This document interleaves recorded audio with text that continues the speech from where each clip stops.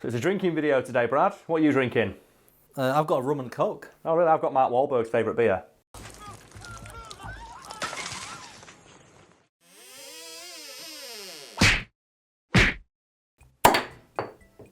This take better go well then. If the media surrounding them are to believed... Damn it! You've already fucked it up. If the media surrounding them is to be believed, piranhas are like tiny swimming blenders capable of gnawing off a limb or stray finger in a matter of seconds. In reality though, piranha are timid, cowardly creatures that bark like those annoying wiener dogs.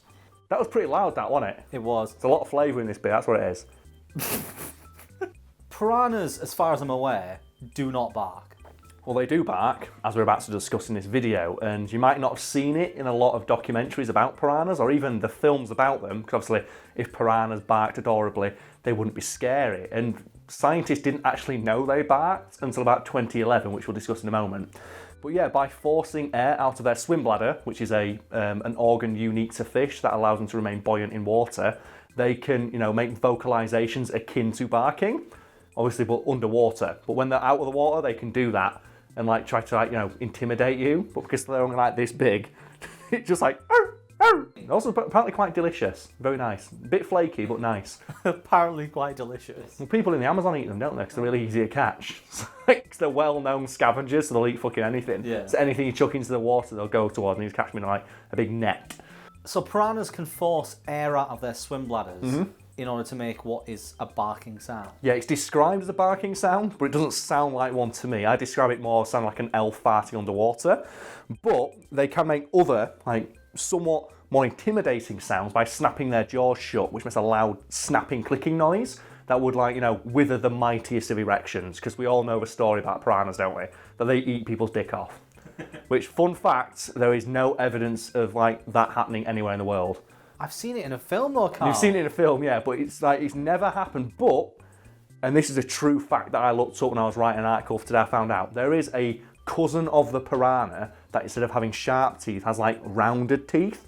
And I think it's called the paku paku. And what that does is it's known as the ball biter fish because it eats nuts. And there's rumours out there, anecdotal stories, that sometimes men swimming naked, it'll come up and crush their nutsack in its teeth. And you know what? I don't know if that's worse. Would it be worse to have a piranha bite your dick or that thing? Because I think they're this big. These fish are fucking ginormous, crushing your balls. Men watching this, let us know in the comments. What would you prefer? A piranha taking a bite out of your dick or this fucking thing crushing your nutsack?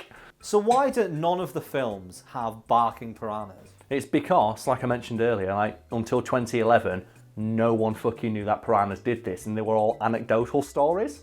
And it took until 2011 for scientists to go, okay, we need to investigate these anecdotal claims from fishermen that large schools of piranha are threatening to bite their dick off by snapping their jaws in Morse code. Because that's how I presume the piranha does. But yeah, in 2011 what they did is they, for the first time apparently in human history, rather than lowering a steak or a beef-scented candle into a tank full of piranha, what they did is they loaded in a microphone. And the results they got were quite adorable.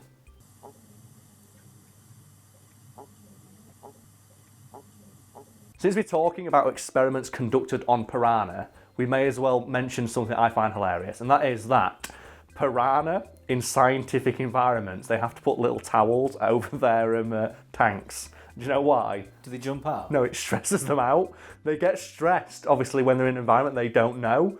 So what they have to do in actual, research settings is put, big, cloaks and stuff over the tanks because they get stressed. Oh. Yeah, that's what I mean. Piranhas, make little yelping, barking noises, gnash their teeth adorably when they're taken out of their tank, and then get stressed when they're on their own. They're like little dogs. They are like those wiener dogs. When you leave them on their own, they just cry all day and presumably piss everywhere. It's weird to think that people who've been subscribed to us more recently won't be aware that in the past dogs just kept appearing on videos. Yeah, we had that for it was just a month where every other video I just had a dog. A little French bulldog. It's only a few weeks old, and his favourite food is peanut butter and Heccs. I'm not going to explain this. It's just a random dog appears. Here's a cute dog. Enjoy. Good girl. She's really calm, isn't she? I know, what a calm dog. This is way better than that other dog. I'm glad we got rid of that other dog. And then people are asking, like, occasionally, like, where are all these dogs? Like, they don't belong to us. They've gone back to their owners. But there was just a week where I was looking after a dog, and then Brad was looking after a dog, and then he looked after another dog.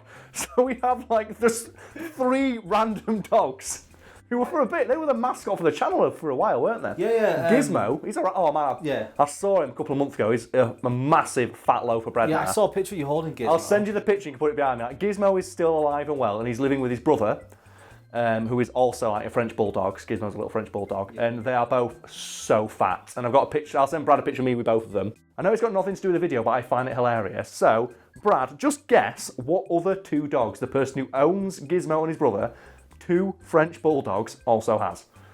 No idea. 2 Great Danes. They are so timid. They're terrified of everything. These gigantic dogs. Yeah, and you just got Gizmo, this little fat loaf of bread, just bombing around at 100 mile an hour, just like his balls slapping from side to side. Gizmo's got ginormous testicles. I used to make fun of him when I lived in the house with him, and I used to make fun of him because he just had the fuzziest tiny little nutsack. Oh, actually, seeing as we're currently talking about dogs and we're talking about barking today, Doggoforce. No, Brad. Don't do this to me. I'm not strong enough. Please no. So if people don't know what we're talking about, some legendary large penis hero on the internet made a video called Doggoforce, and it's just, I don't know how to describe it. It's just masterpiece. It's a masterpiece of, like, internet culture where it's just dogs barking, and they bark the opening to Dragon Forces through the fire and the flames. Brad recorded me reacting to it, and I absolutely lost my shit.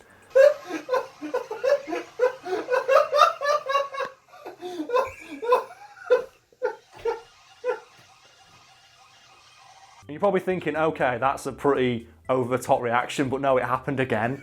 Weeks later, when another friend recorded me reacting to it, because I told them I can't handle it, and Brad, I don't know if I'm strong, but I'm going to play Doggoforce. Put Doggoforce on. I'm going to put it on, and we're going to get a like, because I'm laughing thinking about it. I don't know. Oh God! And it's done by a guy called Rapid Liquid 9 months ago. So well played, you. Oh God! I don't know if I can do this, Brad. Oh God! Right, hang on. Before you press play. It's not play.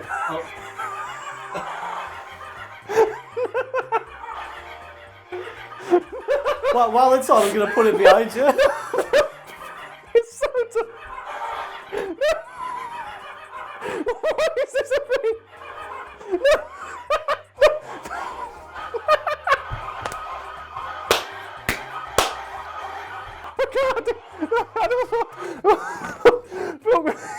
I was enjoying it.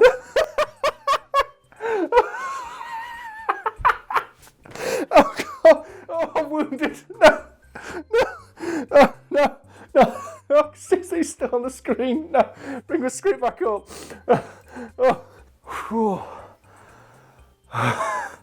Oh God. So here you go, you're getting a preview of what I look like after sex right now. I'm so fucking winded. Oh dearie me. Fuck me, that was rough. Right, so Brad, talking about these fucking piranha and the fact is that what we're talking about? Yeah, the fact they bark. Do you know what really cracks me up?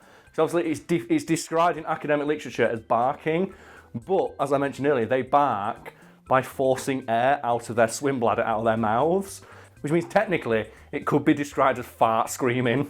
The idea that these little piranha that people are scared of, in all like fairness, are actually most of the time just farting out of their mouth in terror and hiding from humans. That means if you jumped into a pool full of piranha, rather than being torn limb from limb and turned into a spooky skeleton in 30 seconds, what would most likely happen is the entire swarm of piranha would fart out of their mouth in terror and run away. And I can't think of anything that makes the piranha sound more of a pussy than that. So Brad, at various points in our YouTube career, we've discussed animals taking over the world, haven't we? Mm-hmm. So we discussed birds and what roles specific birds would take in a theoretical overtaking of humanity. We've done the same thing for fish. So, since we've mentioned today, how would dogs take over the world and what roles would specific dogs take? So let's start with, as we mentioned before, Great Danes. Great Danes, they're fucking massive, so they're going to be the enforcers. You want Great Danes flanking every high-ranking dog official. And obviously, I think the leaders would have to be guide dogs because they're the smartest, and then obviously as well, they understand humans the most. They understand our needs and they know how to open doors. So I think like you'd have like guide dogs leading like the dog army, but you'd have a few training the dog army to train all the dogs how to perform the various tasks that they've learned from us, like such as how to open our fucking doors and fetch our mail. They could disrupt the mail line immediately by just making sure that all the postmen are just fucking dead. I think it's safe to say the postmen will be the first ones to go. The dogs would target them first because they are natural enemies. So we've gone Great Danes. Let's go all the way to the end. Yeah. Chihuahuas. Well, Chihuahuas, they're small, so I think they'd be the spies. Infiltrate. And because, well, they're cute, so people would tend to forgive it. It's like, okay, all the big dogs, well, a Chihuahua's not going to betray me. No, yeah, Chihuahua's the ultimate betrayer. Straight in, they can sneak through all that, the supply lines and all that bullshit, get into those houses, slip through people's mailbox, slip through all people's cat flaps and shit like that, and let us know what's going on inside. And then the Great Dane opens the fucking door. And then they let in St. Bernards, Cujo style. What about like border collies, like sheepdogs? Well, they're trained to like round things up. So when the dogs take over a population centre, who's going to be rounding us up into our cages? So we can be the ones that experience being locked inside, not having any walkies. They'd be making sure we go in a straight fucking line directly into those bastard cages, flanked by Doberman Pinschers, the giant scary ones. What about German Shepherds? Well, German Shepherds, they're police dogs usually, aren't they? So they're the ones who'd and they're trained to attack people's weak points. So what they do is they'd form like assassination squads where they go out and bite everyone's testicles. Because I'm pretty sure as well, if you heard, okay, there were roaming packs of Alsatians with police training who exclusively go for the balls, you would not leave your house. And then while you're waiting that's when the Chihuahua comes in. And then you hear the door handle go in, and it's the Great Dane opening the door, and then 40,000 Alsatians running and just biting nuts off. What about bulldogs? Shock troops. Because bulldogs are fucking tough as balls. They're stocky, they're short, they're powerful, and they're good at sprints. So what they'd be doing is they'd be backed up by the bigger dogs. It's like when they need to take someone down, you send in the fucking bulldogs. You also get the terriers in there as well. Yeah, you get what the thing is that you don't send in one specific kind of dog. You send in multiple dogs. You get the terriers to go for your ankles. You get the bulldogs to go for your lower legs. You get the bigger dogs to go for up here. And then you get the really big dogs pounce on you to knock you down. So they'd be separated into squad, human takedown squads. Yeah, Joe in Halo 3 when the elites all the grunts are always led by an elite. Yeah. And then every now and again they bring a hunter in. It'd be like that. You'd have the elites. You'd have a Great Dane or a Doberman Pinscher commanding the grunts, which would be the bulldogs, the Jack Russells, the terriers, the smaller ones, and then you have every now and again, fucking just Cujo motherfucker comes in as the hunter, and they always work in pairs as well because I like that idea. You always get a pair of Cujos coming in. What about huskies? Well, obviously they're going to take care of the supplies because you just have dog sleds run by huskies just running across everywhere delivering messages and food and stuff like that because they can run a marathon a day without getting tired. And the thing as well is whenever I imagine scenarios like this, I like to picture it like when I used to play Lord of the Rings Battle for Middle-earth and who would be the dogs as hero units? It's let's just say all of the legendary dogs from fiction are able to come in as ringers for the dogs. Lassie has entered the battlefield. Cujo has entered the battlefield. You'd be littlest hobo is here. It's fucking give up. We're not going to beat them. I love that idea, the hero units of the dog world. Beethoven. Oh, can you imagine? St. Bernard. All of the Beethoven movies. The thing is, in that scenario, you're fucked when the announcement over the tannoy is made. Air Bud has entered the battlefield. It's we're fucking done. Air Bud's here. That's it, game over. He can do everything. He can play basketball. Wait, he's the general. Yeah, then. he is. He's the leader of the dog army. That is when Master Chief walks onto the battlefield. Do you know when you're fighting the Covenant and they see Master Chief and go, the demon is here, and they literally opposing armies run away in fear? That's what happens. The thing is, if you want to go with that comparison, you'd have the Spartan squads that Master Chief has led, and they'd just be the various incarnations of Air Bud, the various Air Buddies that are helping him. Wait, we're forgetting one. What? Clifford. You imagine, you look and you just see literally 1,000 dogs, and then you see Clifford like a Moomakill, and they have him armoured up like a fucking Moomakill, wading into battle, and he's got hundreds of dogs around him. And you've just got dogs in little helmets above him. Oh man, we'd be fucked. This was fun. We should do this more often. Pick an animal. Yeah, you know what? Let us know in the comments what animal we should talk about next. This is fucking hilarious. I promise it never happens, ladies.